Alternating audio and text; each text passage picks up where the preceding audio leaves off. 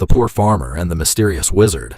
Long ago, in a small village surrounded by endless green fields, there lived a poor young farmer named Daniel. Daniel was only 19 years old, but life had already taught him many difficult lessons.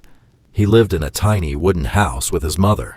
They owned no animals, no large piece of land, and almost nothing of value. Every morning, before the sun appeared over the hills, Daniel would wake up, take his old farming tools, and walk toward the fields. He worked from sunrise until sunset. He planted seeds. He carried water. He pulled weeds.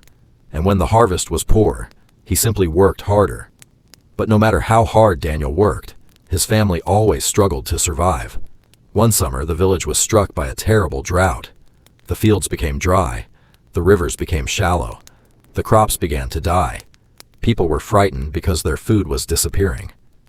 Daniel looked at his field one evening and felt his heart sink.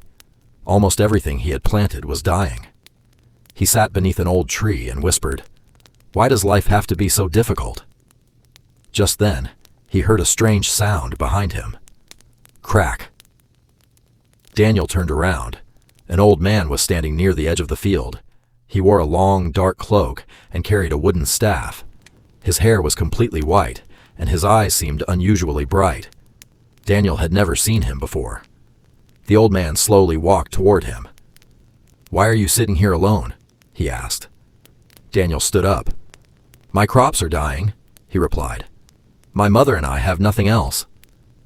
The old man looked across the field. Then he looked back at Daniel. "You have worked harder than most men I have ever seen." Daniel smiled sadly. "Hard work doesn't always change your fate." The old man smiled. "Perhaps fate is waiting for someone brave enough to change it." Daniel did not understand what he meant. The old man raised his wooden staff. A soft wind suddenly moved